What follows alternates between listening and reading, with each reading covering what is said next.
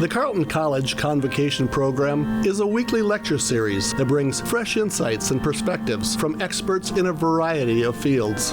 The program has a rich history dating back several decades. The selected Convocation speakers assist the liberal arts mission of centering thoughtful conversations within education and beyond.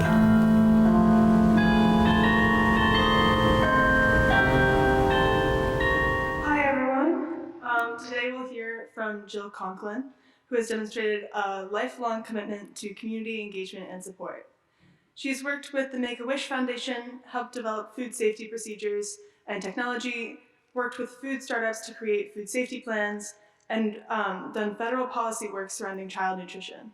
She currently works with Food for Soul, an organization that focuses on enabling the transformation of people, places, and food by building a culture of value that strengthens community resilience, opens opportunities for socioeconomic mobility, and builds healthier, more equitable food systems. Please welcome Jill Conklin.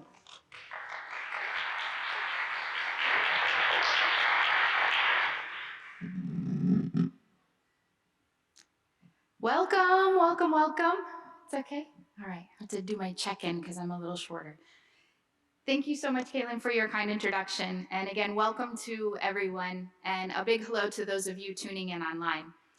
My appreciation to Carleton College for this invitation. It's an honor to visit the campus and to speak with all of you before the Empty Bowls celebration this afternoon. It's going to be a beautiful spring May day. Many thanks as well to Noel, Stephanie, Professor Kelly, Tripsy, and the Empty Bowls teams for their support. By way of hands, how many of you regularly come to hear Convocation talks? Awesome. It's such a wonderful tradition that Carleton hosts. I've listened in, and there's such a diverse group of speakers you get to hear from. And in our rapidly changing and controversial world, these convocations are gems to remind us to keep learning, listening, and growing together. This is my very first trip to the college. Too quick of a trip, as I'm headed to Atlanta to see my nephew make his first communion tomorrow and celebrate Sunday with my mom. So happy Mother's Day out there to all of you that are moms. When I get there, no doubt there's going to be cooking and eating together. I grew up either visiting my paternal grandparents on their dairy farm or my maternal grandparents' home, gathered around a table with more cousins than I could count. Food was a huge part of our life. It's both how some members of my family made their livelihood and how others celebrated their way through life. Funerals to weddings, birthdays to reunions, food was and still is very much part of our identity. Food security is part of my talk today. However, if we just think about it in terms of statistics, it's a heavy and maybe disheartening combo. I'll share some key statistics and relate how this rolls up into the magnitude of issues of food security. But I also focus, more importantly, in spending time to share Food for Soul's perspective on the role of culture in creating social change. Yesterday, I had the chance to walk about the campus, meet the faculty and students from the Empty Bowls Initiative. At the heart of our conversation was culture and community. Each bowl is a translation of thoughts, emotions, discovery, and wonder. The course connects students to the issues of food scarcity, concluding in an opportunity to give back. The empathy and compassion of students developed during the program is such a critical life skill that every graduate will use throughout their lifetime. Since we're at the end of the school year, I want to send a big well wish to all of those graduating for my very best wishes in your future. Wherever you go, whatever you do, I hope you find the path that allows you to continue growing, receiving and giving every day. And may your plates always be full and enjoyed around a shared table. On the Carleton website, the student body is described as notoriously difficult to categorize. But if we had to choose just one word to describe them, it would be curious. They're an intellectually insatiable group that approaches learning with enthusiasm, energy, and uniquely Carleton brand of playfulness. I think it's such an awesome description, and it resonates with us at Food for Soul and Refettorio teams around the world. In my own journey, curiosity has been a North Star, helping me navigate most of my life decisions. It's what has allowed me to pursue a career where passion meets purpose. For those continuing on at Carleton, explore beyond your academics. Take in as many civic and community opportunities as you can. Our paths are never straight, and these opportunities forge new connections and offer a healthy, diverse perspective on life. Doing that has led me to Food for Soul. I've learned leaving room for the unexpected is what allows us to bloom into our fullest potential. Leonard Cohen, the brilliant poet and singer, said it best in his lyrics from his song Anthem off the 1992 album, The Future. His message of hope in darkness is particularly pertinent now, and how we think about our future is a thread that runs through our work at Food for Soul. Cohen writes, "Ring the bells that still can ring. Forget your offering. There is a crack in everything. That's how the light gets in." I've called the talk today Feeding the Future, a negatable title that Roxanne, my impact colleague, and I banter about because she tells me it's not proper English and I tell her it's not really about the future, that kind of future. Think for a moment. What does feeding the future mean to you? Our founder, Massimo Bottura, often communicates to his teams, there will always be future in our future. The future is a mindset, it's a way of thinking, it's a discipline. Feeding the future is about being proactive today, knowing our actions will determine tomorrow. And what pushes us to act? Is it the hungry face of a child?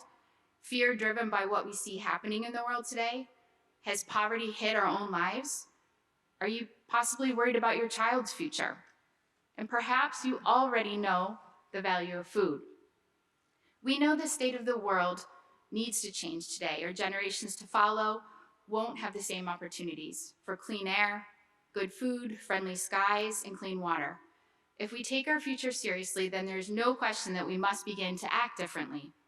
We all have the potential to create change within us. We just need a reason to bring our willpower to action. How we value our food system is a reflection of how we value our planet and how we value one another as human beings. For those of us blessed enough with enough food to eat, who have the income and the choice to purchase whatever we like, hold a great many privileges, power, and responsibility over our food future.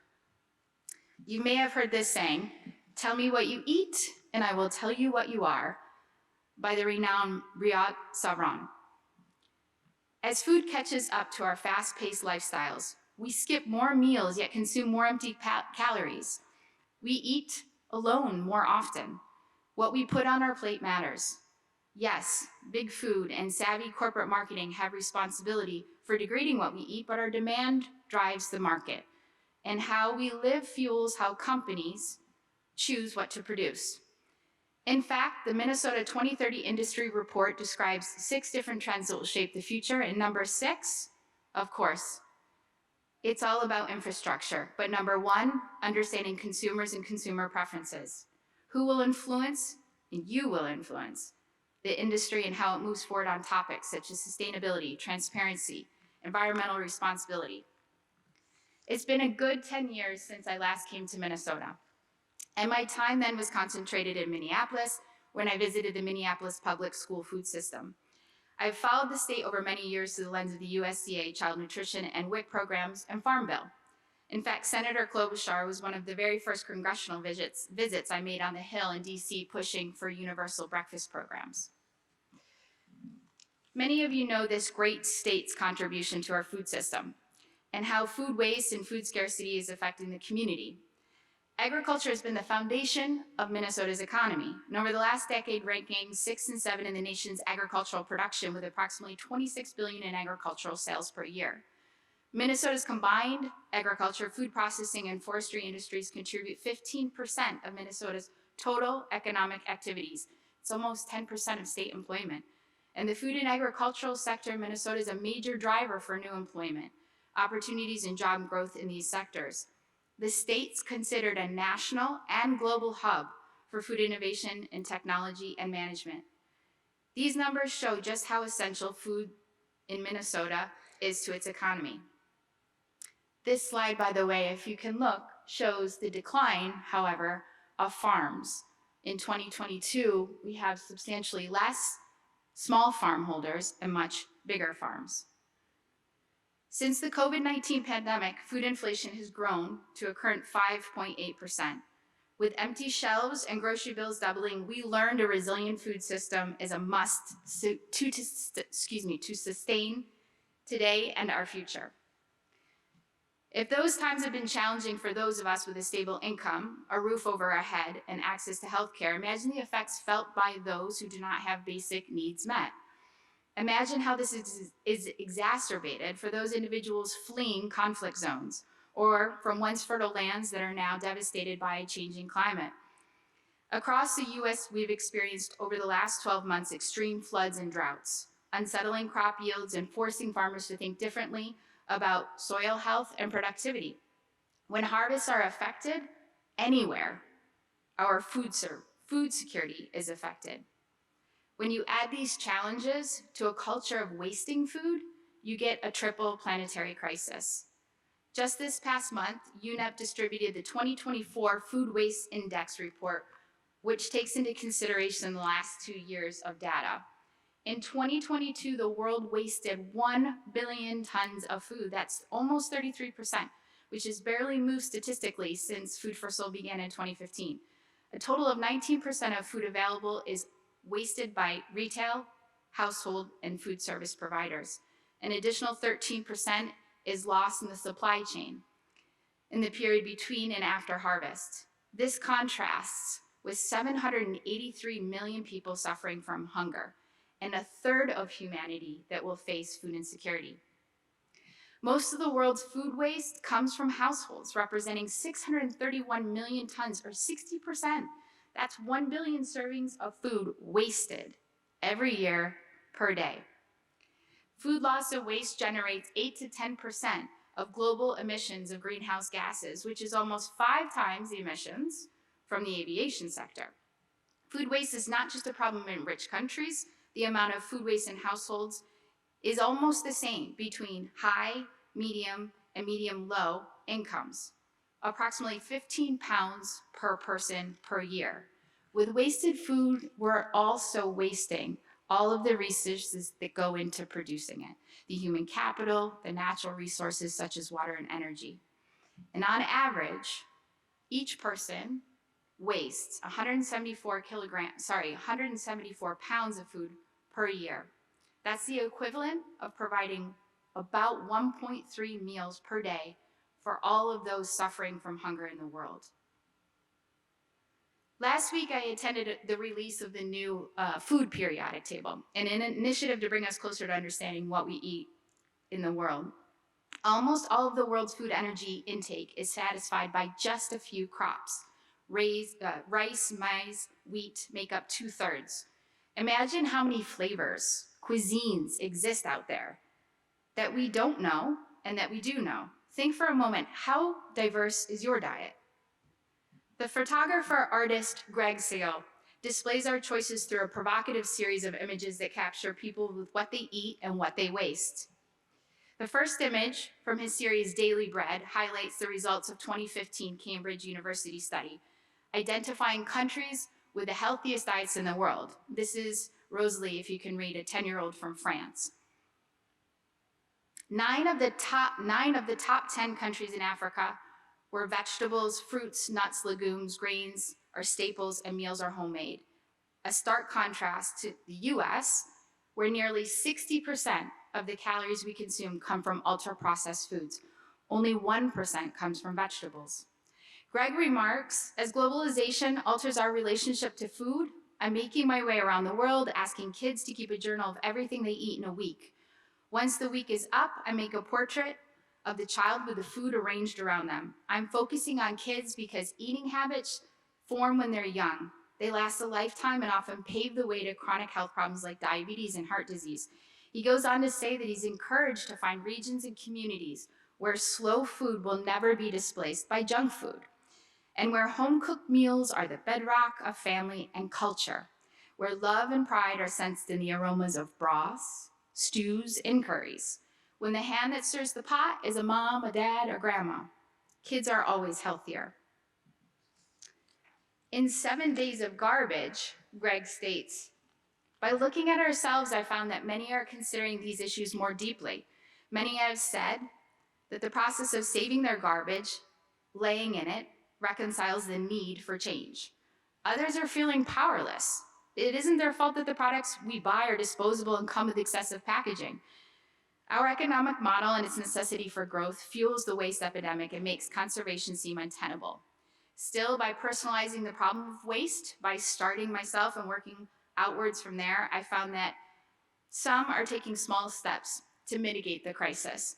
Reflecting on the pictures I've made, I see 7 days of garbage as an archaeology, a record not only of our waste, but of our values. Values that we hope are evolving a little. A large part of our effort at Food for Soul is dedicated to consumer advocacy, helping people understand where their food comes from, how it's produced, and what makes it to the store shelf. Similarly to Greg's reflections, we believe if one values food, they'll stop wasting it. The prevention of food loss and waste can help hunger relief. However, it's not a silver bullet to ensuring well-being in our future. The systems around how and what we produce drive food accessibility and affordability. For those socially vulnerable, consumer choice is limited by all of these. Much of the free food available at many food banks, it's often not good food. Good food meaning good for people and planet, which contributes to the cycle of scarcity. And if the lack of choice is not enough, we find a lack of community is just as prevalent. Socially vulnerable people are often socially isolated and lack the constructs to not just eat, but celebrate around the table. Here in Rice County, poverty, therefore hunger, exists between 7.1 and 9% of the population. From SNAP reports in 2021, approximately 4,700 food insecure people live in the county. Lack of infrastructure in rural and urban areas contributes to an increase in our social vulnerabilities. And one is choosing what to spend money on during the month. If it's healthcare, if it's rent, a mortgage, food always falls to the bottom. Since the beginning of the pandemic globally, many more people, and in particular families, fall below the poverty line. They're fine in week 1 and 2, but by week 3 and 4, resources are tight. It happens a lot more quickly than you think. I'd like to share Carol's story with you, a guest of Refettorio Sydney, our project that we opened 2 years ago, with words on how she's experienced these vulnerabilities.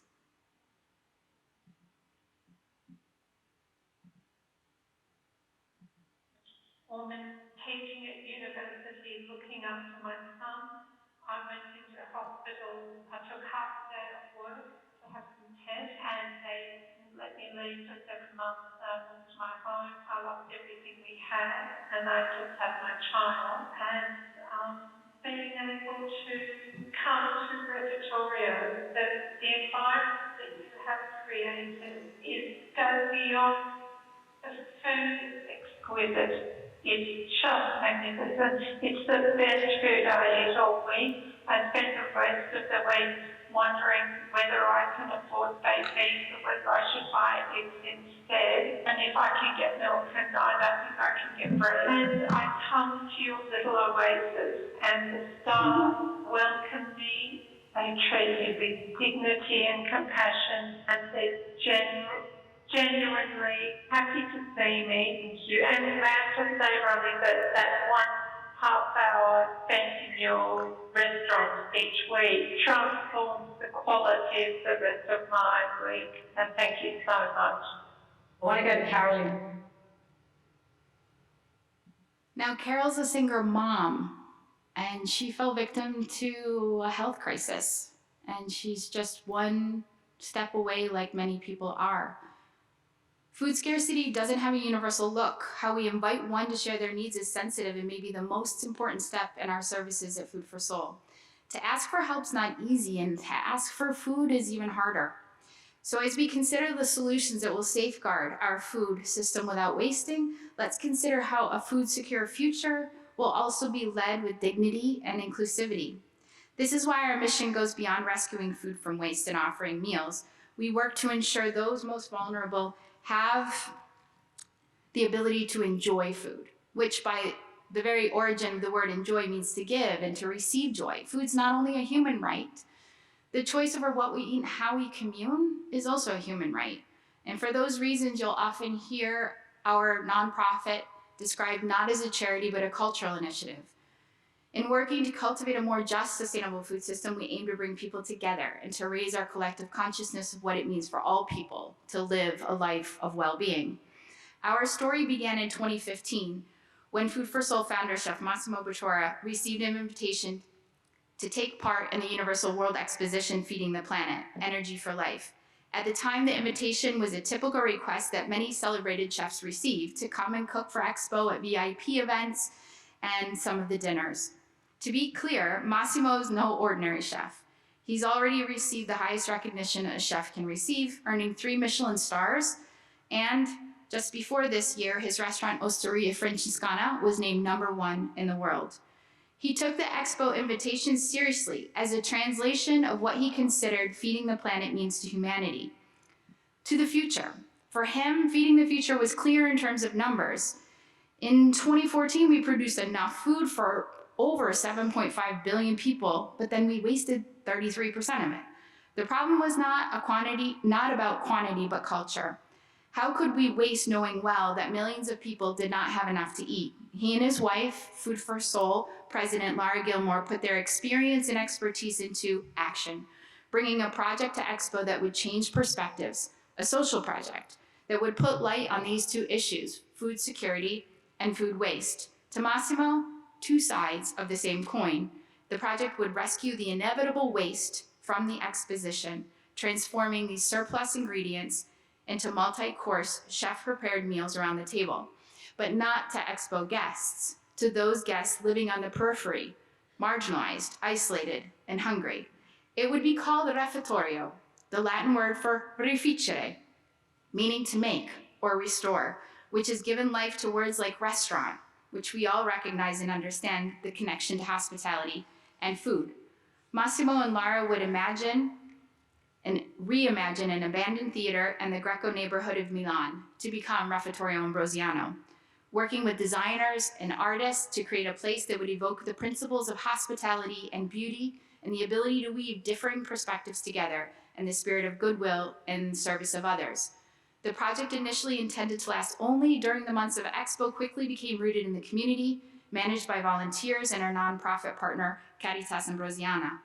The Refettorio opened its doors with an ethos of not wasting, but putting culinary creativity at the heart of its operations, and lifted the spirit of cooking as an act of love.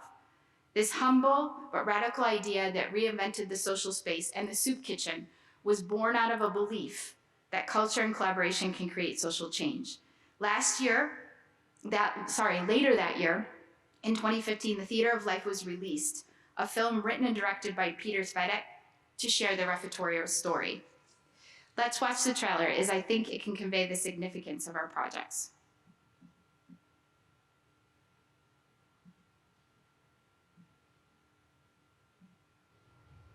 Sorry, back it up there.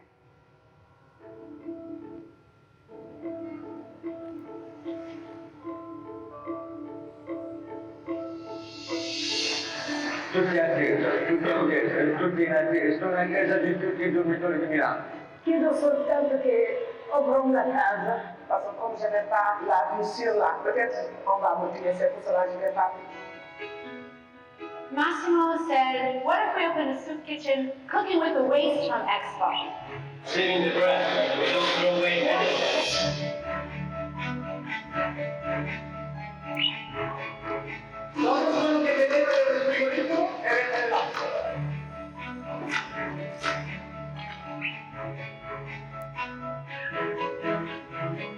Working with waste is great. You don't know how much you can get from a product until you are in this position. It comes natural for a lot of cooks to want to take care of people.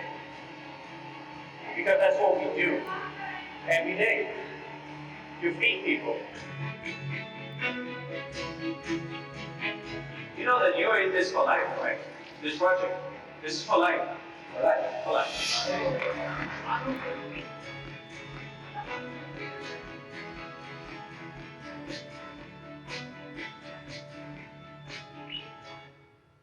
Now, the Theater of Life is privately held at this time, but we are going to be releasing it again, so stay tuned. It's a pretty incredible and dynamic story of the people that have been part of the project for the last better part now of almost 8 years. As a chef, you're a translator of culture and craft. You're an artisan and an artist. When Massimo received his World's 50 Best honor, it was much more than an accolade. It was also a call to act, to share his vision for feeding the planet, where we respect tradition, but are curious enough and bold enough to break parts of our tradition that hold us back in reimagining the future. Through cooking, we bring people together to taste and discover and learn, and our mission is much more than meals served or the food saved in a refettorio. It's about behavior change, the lives we transform every day. We celebrate food, utilizing it as a tool to empower people, create connections, build collaborations, and strengthen the communities we serve. By sharing culture, we are also sharing a part of ourselves. Food's more than sustenance. It's our connection to the land. It's our ancestor story, our ethnic traditions. It's our identity. And through the sharing of culture, we can understand our food system, and we can learn from our past how to reinvent the future. In 2016, our Bread is Gold cookbook was released with Fiden. It's a treasure trove of recipes from all those guest chefs that you saw in the video. I'm happy to share, you can actually purchase this now if you'd like in the Carleton bookstore. It's more than a book of recipes, it's a book of stories and love. So this is what you'll see. Refettorio Ambrosiano would go on to form the foundation of Food for Soul, its guiding principles, and a global refettorio movement, now 12 projects across 9 countries. So I ask, what does food mean to you? If you take time to close your eyes and think of a food memory, we all have them. What do you remember? What are you eating? How does it taste? Was it a recipe passed down from generation to generation? Who are you with? What are you celebrating? And how do you feel? Here I am stuffing my face. One of my fondest food memories is my birthday. My mom would make this ice cream sundae in a bowl about this big, and she'd top it with not candles, but sparklers. And I'm a Gen Xer. So in the late 70s, early 80s, we didn't think much about burning kids or burning the house down. What mattered was the sparklers, and we lived in moments. My mom was cool. She literally made everything. Jams to bread, she held a garden. And we cared less about McDonald's, except for the little toys. Food was always better at home, but I didn't know then that my mom wasn't just creative, she was resourceful. My parents were very hardworking, but we often didn't have enough at the end of every month. And at different times, we were food stamp recipients, but they never let us know this. We didn't know we didn't have enough. The only thing we knew is that food was never wasted. It was canned and preserved.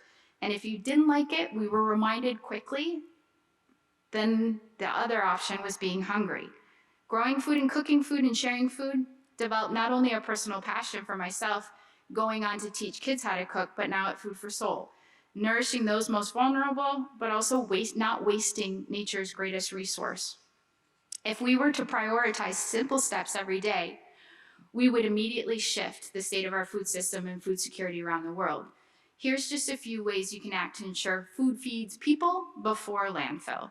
This is from the ricecounty.gov, which I think is awesome. Green Corps has a number of different worksheets, and it's a pretty cool food waste tracker on there about smart shopping, how to smart storage, smart prep, and smart saving.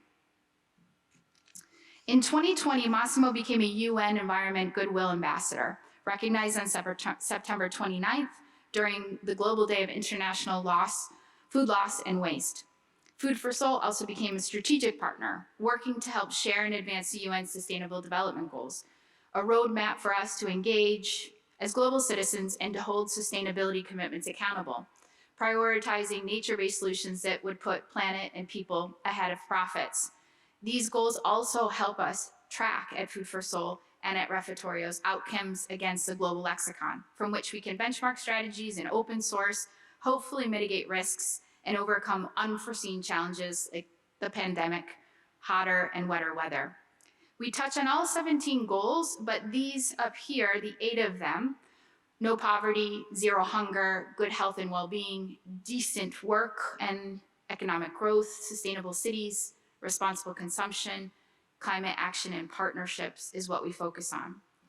Last year at the UN General Assembly meeting in New York, UNEP Executive Director Inga Anderson visited our newly opened Refettorio project in Harlem with Massimo.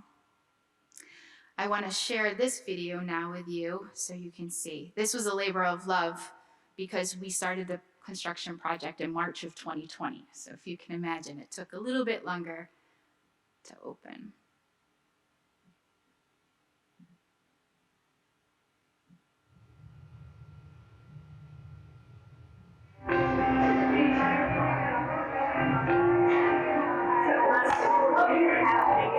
Refettorios across the world, and you and I love them.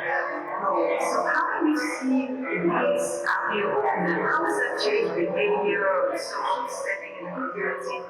You know, our projects are in the most neglected neighborhoods. We were inspired by Pope Francis, who said, don't do it in the center of the city. Go in the periphery. Those are the dark places where they need light. You know, we are serving good and healthy food. And in the beginning, there was a lot of resistance. But once they understood that we were there for them, they realized that these places are their places. Once you give them the opportunity to be fed with the power of hospitality, people are living full of good vibes.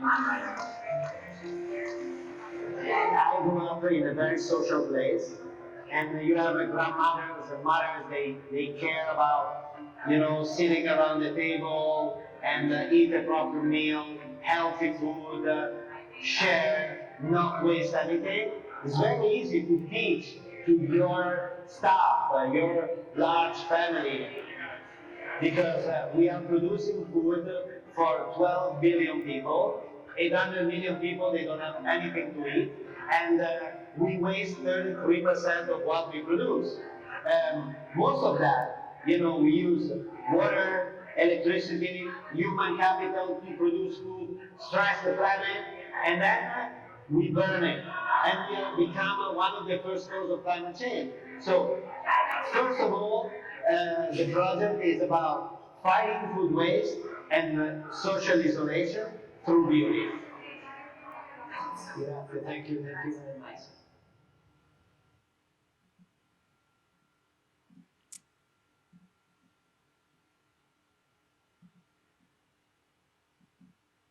Okay, so what makes the Refettorio model different is our commitment to not build for, but with the community. Each project begins with discovery, understanding the needs and the DNA of the local area. We conduct beneficiary and stakeholder assessments, social mapping, we hold community workshops, led inside and outside the nonprofit network. We've conducted neuroscience studies with guests to learn how trauma-informed care blends with design principles like biophilia, and subconsciously we build trust. Each new project becomes a showcase of what's possible to do with the vast, underutilized, and neglected spaces in our communities. We blend ethos with aesthetic, restoring, repurposing, recycling as much as possible while minimizing the environmental impact through the use of new technologies and materials that consider our natural landscape. Feeding the belly is not only our purpose, our guests receive additional assistance, such as access to fresh fruits and vegetables and pantries. We connect beneficiaries to services for human health, housing, and employment. In some projects, we conduct culinary education and workforce training programs that enable opportunities for healthcare and livelihood. We offer hygiene care with showers and baths and forge partnerships with artists, bringing showcase performance and programming inside and out, just like these guests from the Refettorio in Paris visiting one of the main museums in the city center, allowing each of the benefits of beauty, creativity, and imagination to flourish.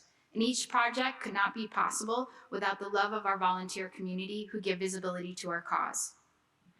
Refettorio partners believe in seeding long-term impact, where people gain the social capital to thrive. Here is the incredible impact that they're having around the world.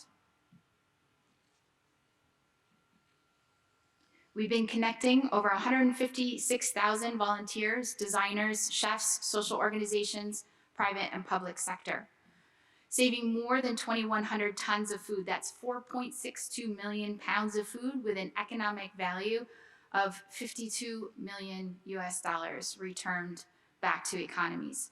We've nourished more than 1.3 million guests around the table with hospitality and served 3.5 million multi-course, delicious, nutritious, sustainable meals. By 2030, we hope to bring 1 million more meals to people, saving 40% more of food from landfill. We'll expand our Refettorio network to 20 projects by 2030, bringing our grassroots movement to new countries like Colombia, Peru, Nairobi, and Istanbul, investing in the biodiversity and cultural diversity needed for a sustainable future. As we go to lunch today, let's remember what's on our plate matters. And collectively in this room, if we all wasted our plates for today's lunch, it's the approximate equivalent of £1 a person. Today's Empty Bowls Luncheon's not only being held in a season that symbolizes hope and renewal, but we're midway between Earth Week and World Environment Day on June 5th. This exceptional program has touched the lives of so many students, faculty, and people living in the surrounding community, I believe for about 20 years now. Programs like these inspire and give me hope. And with soup on today's menu, I'd like to share an Italian proverb. Now, I'm not going to read it in Italian, I'll read it in English so that you all know. Soup does 7 things. It takes away hunger and thirst, it fills the stomach, it cleans the teeth, it makes you sleep, makes you slim, and puts color on your cheeks. Thank you all for being here, for listening. Massimo is always saying we need 1,000 more refettorios, but what he is really saying is that we need more places to connect, to care and share. We are the revolution. That's not me, that's not you, but all of us together. Let's go out there, make the impossible possible, and feed the future together. Thank you.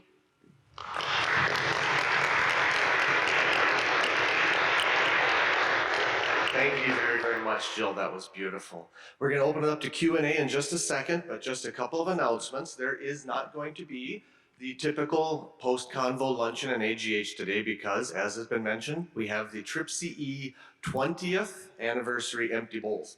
And we do have an announcement to read from TRIPCE, which states, please consider joining the community on the bald spot directly behind us for the Empty Bowls project. This annual event raises funds for the local food shelf through a shared meal of community-donated soup served in bowls that are made each year by Carleton ceramic students. To celebrate the 20th Empty Bowls event at Carleton, a goal of $20,000 has been set. Please contribute at an amount that feels right to you. Everyone is welcome. So that is immediately following Convocation. We are gonna, the Q&A, but I just want to mention one thing. As was mentioned, let's keep the conversation going, not just today, but going forward. And to help us, TRIPCE, since we're talking about TRIPCE so much today, if we go to the Convocation page, and if you go off to the side, there's a little sidebar that says Discussion and Reflection Questions for Community Engaged Visiting Speakers. Click on that and skittle down, and you can find the speakers who have given convos. Click on Jill Conklin, today, May 10th, and there's a list of questions that can be used for group conversations or just reflection. Such as question number 2, what skills or capacities does the speaker suggest are needed to create a more just society? Do you share any of those skills or capacities? Again, a number of questions that we can look at later. But for now, speaking of questions, and I think I said everything I need to say, yes, let's hear from you. Who has a question or a comment or an experience, maybe about food? Right here, okay, great. Thank you so much for your talk. I was wondering, you did talk a little bit about once you already have food, but can you talk about some spending habits that help limit food waste? Yeah, it's a great question. Thank you for that. I think we need to talk a little bit more about budget in general, and that's over our lifetime. I think we're always looking at providing financial tools and training and education in our refettorios. Because as the inflation goes up, we have to adjust our budgets, and we never talk about that, especially if something basic like milk or bread doubles. Fruits and vegetables is the bulk of what I buy, and I walk out and I'm like, my cart is very small, you know, at the end of the purchase. So what I would do often is think about menu planning, and I would think about buying ingredients that I can get a couple different types of recipes out of. And that's helpful. It's also helpful when you look at what you're buying to know the shelf life of it. Because sometimes we waste our budget because we're wasting food. And if you open up your refrigerator and you see the creepy crawlers that are hiding in the back, right, which we all have, we have this anticipation that we're going to eat whatever it is, and then we don't. So I think budget is directly connected to our planning of the week and buying based on what we truly know we'll eat.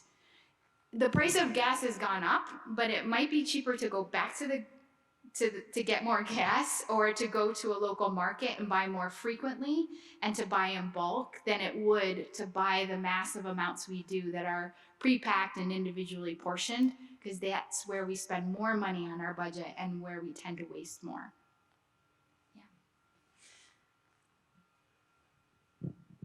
There's also some great books for college and university students. I'll have to send them over specifically on budgeting. It's a big area. Yeah. So hearing this talk, it made me immediately think of this app that I use sometimes called Too Good to Go. Yeah. You've probably heard of it before. So I was wondering if you have, or if Food for Soul has done any collaboration with like those apps, or like if you have any plans in the future to do so, because I feel like something like that would be really beneficial to having more people know. Yeah, we do. Too Good to Go has been a supporter of ours. We just did about a few months ago in Bologna, outside of where we're from in Italy. There's a place called Italy, if you're familiar. It's a kind of like a specialty big grocer, but all of the great things that come out of Italy from a food perspective. And they took all of the surplus and they made takeaway bags. And then what happened was they were available. So people could make a donation to our organization and they would get something at the end of the expo. So they're always thinking about events, small and big, and also people purchasing on the app, how they can divert. There is just a number of wonderful things happening in the food and tech space. There are a lot of nonprofit organizations that were born out of COVID. What I mean is they started out of an emergency relief and they're still going today. And most of those organizations started because so many restaurants shut down and the entire food chain was not prepped for a whole sector to stop functioning. So there was a backlog of all this food held up at warehouses and with distributors. And so there are a lot of us who said, we need to receive that food. We need to make sure that somebody goes and picks it up because there are plenty of people who could use it and who need it. So there's a lot more of those types of organizations who have also invested in technology, creating apps so that you can not only help rescue and move food to a place that needs it, but you could also help save. So every purchase you make online, they may do a 1-to-1 and contribute that same amount to somebody who needs it. Hi, thanks for coming. I was wondering if you had any thoughts about how the federal government or state governments can change food-related policy, and particularly like changing maybe the way that we provide social services to kind of help expand the coverage of this unmet need of food insecurity. Yeah. Great and difficult question. I'll try to answer it in 3 parts. The first I will say is we talk a lot about policy. I come from my experience over the last 20 years in public policy around child nutrition, which has been very effective. In the food security space, not so easy. Human right, also not easy. A lot of legislation's been passed. Prior to the UN Sustainable Development Goals, I worked on something called the Millennium Development Goals. And in Brazil and in South America, the right to food was a big priority. But 20 years later, still people are hungry, right? And in fact, right now, our partners in Europe, our Refettorio partners there, stemming out of the Refettorio in Geneva, is actually working on legislation to pass the right to food. Here in this country, there's a great organization that runs the right to food. But as we speak about it specifically in the US, we realize that policy doesn't necessarily turn into action. So as we push for policy, we need to push for grassroots movement and local support and build the infrastructure that's necessary. What does that mean?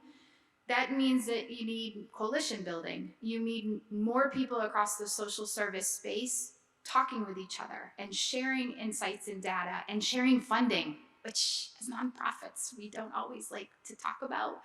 But if $1 invested can do the work of $2, then we should be talking about it. So I think that you need to approach it from both sides. You need to look at it from a government agency perspective, but also be mindful that governments change and policy can quickly change. And so if you don't have the bottom-up approach and you don't have the behavior change and the buy-in and the passion, then you lose out very quickly.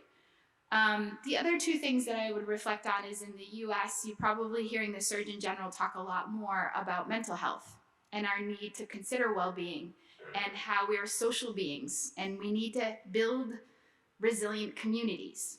And I think that as it elevates, it will slowly become part of the food security conversation and our nutritional conversation, where food is not just about macro and micronutrients, but it's about taste, right? If food is not like good, no one's gonna eat it. It doesn't really matter. And then the third piece is culture. In this country as well, we have a rise in the different departments of arts and culture in communities, and they are effectively working with cities on how to build more sustainable infrastructure. And they're doing that through the lens of incorporating the arts and humanities. And I think that's such a smart approach, because when we're passionate and when we feel and when we're emotionally connected, it gives us the energy to work through these big challenges. And when you think about something like climate change, it's a big controversial thing and hard to digest. And so through culture and through the arts community and through relationship building, we can make those big issues seem less scary, and we can learn those practical steps about how what we do every day can kind of roll up if we're all collectively doing it.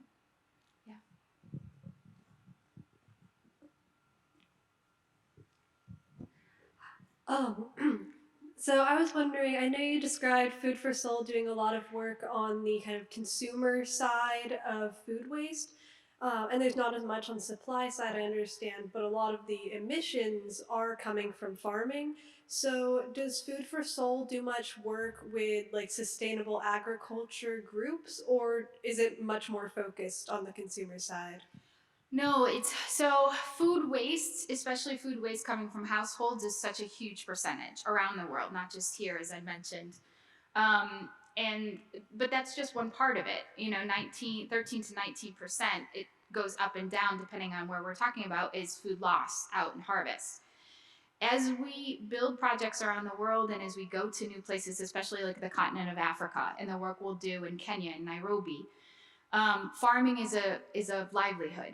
And it's fractured because people don't have the tools, technology, or even speak the same language to be able to understand. And storage in particular is a major challenge. So a lot of our efforts in building refettorios in many of these new locations for us will be about working more closely with farms and farmers and the agricultural sector as a whole to be able to mitigate the loss, because if we can mitigate that and we can put in practices like better cold storage chain supply, better technologies to communicate and talk, fair valued pricing and justice for the farmers, then that food will get to the cities, food will get to where the population is.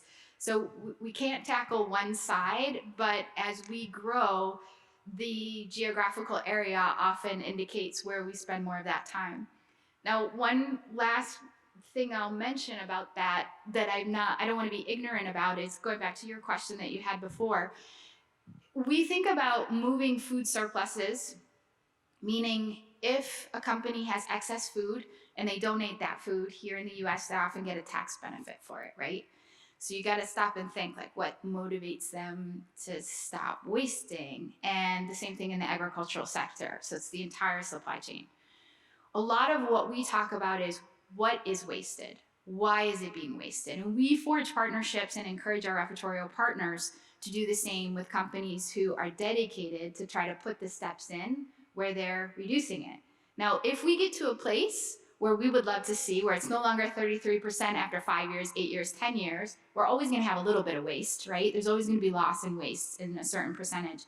But if we get that number down low, that leaves a gap, a hole. How do we keep feeding people? And that's where the social justice, food justice moment comes in an intersection. So we have to work hard to make sure that we're not just helping people build better practices in, but we as a society globally, anywhere, value what our farms produce. And when it's imperfect and it's ugly, it's bruised, that it doesn't mean it is okay to just donate it. A farmer put all their energy into growing that. And so there needs to be at some point a pipeline for money to make sure that they're not in the poverty cycle as well. I'm just gonna pop in with one of my own then. Going a little off topic, what is your favorite go-to comfort food besides ice cream with live sparklers in it? Okay, well then that's funny. And that might never change, ice cream. It's like a religion in our family. Even if we were lactose intolerant, I think we would eat it, without a doubt. My go-to is, so I worked as a chef for 10 years before I went into this side. And as a chef, you are never hungry until everything is done, right? The kitchen's cleaned, it's 2 o'clock in the morning, I don't have to think about staff, and then my belly's like, argh. And I worked for an Italian chef, not Massimo, but another at the time. And we would have normally spaghetti or linguine, whatever we had left over, with anchovies and parsley and garlic. And if I didn't eat that, I ate an omelet. And there's just something comforting about that. And I know anchovies are sort of a controversial food, but when you have a skillet and you got heat under it and you drizzle in some oil and then you put in the anchovy dissipates and it creates this umami and this saltiness. And that's what I needed at 2 a.m. Yeah. And I still eat it today. My comfort food. Yeah. Does anybody have a food memory that they wanted to share?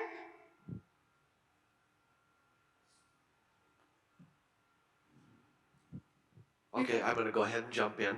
Mine is chili biscuit casserole, because when I was a little boy staying at my best friend's house, that's what his mom made.